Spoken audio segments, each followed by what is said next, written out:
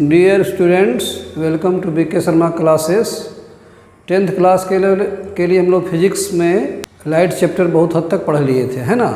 अब थोड़ा केमिस्ट्री शुरू किया जाए। तो सबसे पहले केमिस्ट्री में हम लोग जाने रासायनिक समीकरण, केमिकल इक्वेशन।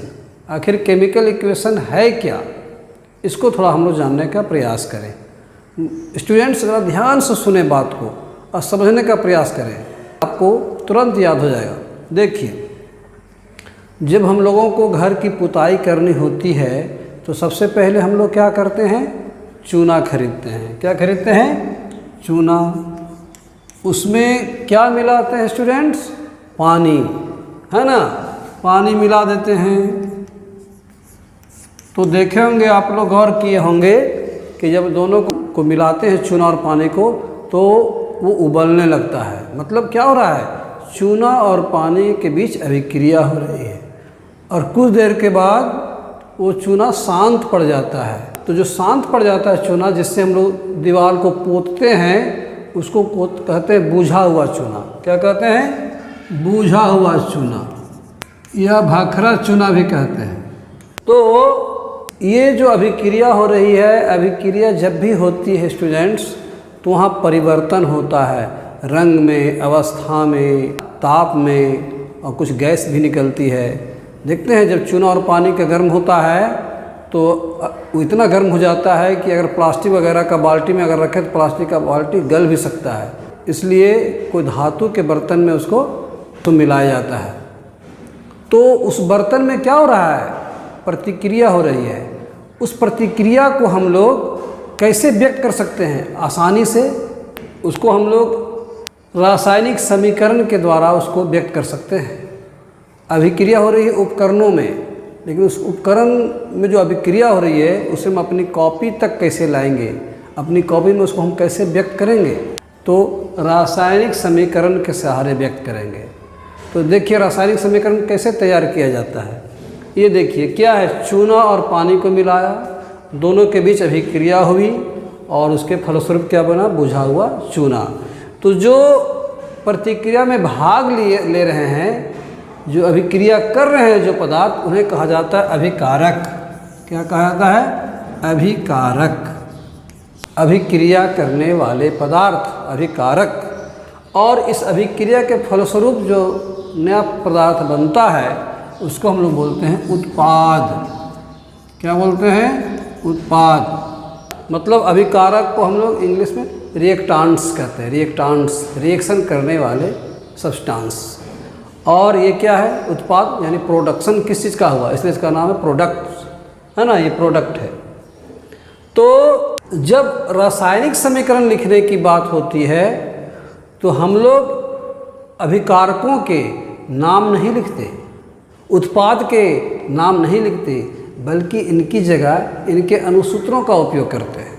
जैसे चूना, चूना का रासायनिक नाम क्या है? आप लोगों को पता है? चूना का रासायनिक नाम कैल्शियम ऑक्साइड है। क्या है? Calcium oxide. तो चूना का हम लोग अनुसूत्र लिखेंगे CaO, कैल्शियम ऑक्साइड। ठीक है, आप लोग 9th क्लास में इसको पढ़े होंगे, है ना। पानी, पानी को क्या बोलते हैं? इसका अनुसूत्र क्या होता है? H2O। क्या होता है? H2O। और जब दोनों में रिएक्शन होता है तो ये बनता है बुझा हुआ चूना, जिसका रासायनिक नाम है कैल्शियम हाइड्रोक्साइड। क्या नाम है? Calcium hydroxide. तो इसका अनुसूत्र क्या होता है? CaOH का होल ट्वाइस। देखिए कैल्शियम एक है, यहाँ कैल्शियम भी एक है, यहाँ ऑक्सीजन 2 है, ऑक्सीजन 2 और हाइड्रोजन भी 2, तो ऑक्सीजन हाइड्रोजन दोनों 2 हैं, इसलिए यहाँ पर होल ट्वाइस लिखा गया है, कैल्शियम हाइड्रोक्साइड। तो हमने जो ये लिखा है यही है रासायनिक समीकरण। बात समझ में आ रही है? तो रासायनिक समीकरण क्या है?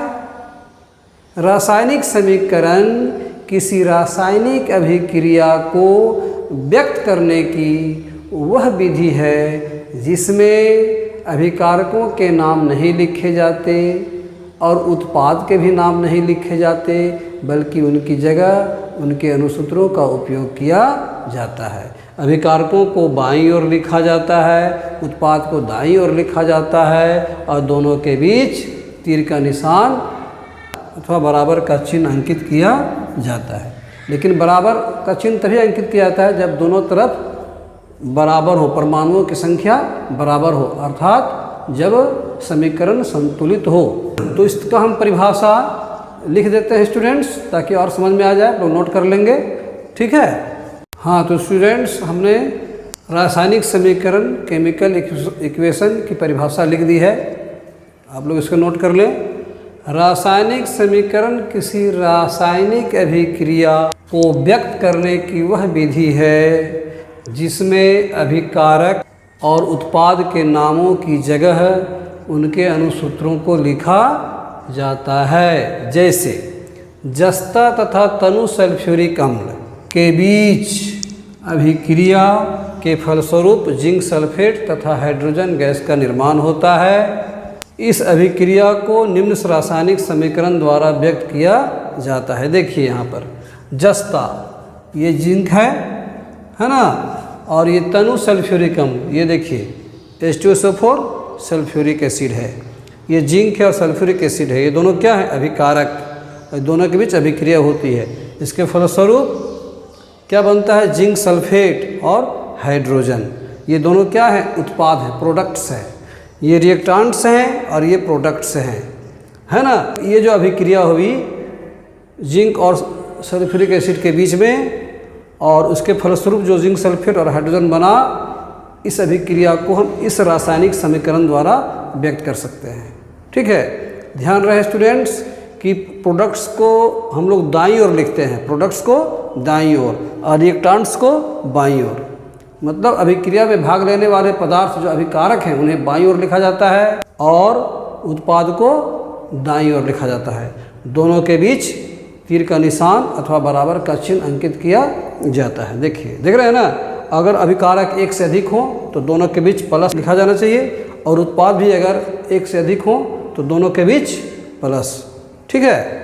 और इसी तरह जो है सो और भी समीकरण लिखे जाएंगे, हम जो आगे हम बताएंगे कि समीकरण को कैसे संतुलित किया जाता है। बहुत अच्छी विधि है, उसको एक बार समझने का प्रयास करें और आपको काम भी आएगा, एग्जाम में पूछे जाएंगे इस तरह के प्रश्न, ऐसा ध्यान रखें। और ये समझ लीजिए, रासायनिक समीकरण केमिस्ट्री का जान है, प्राण है, शान है।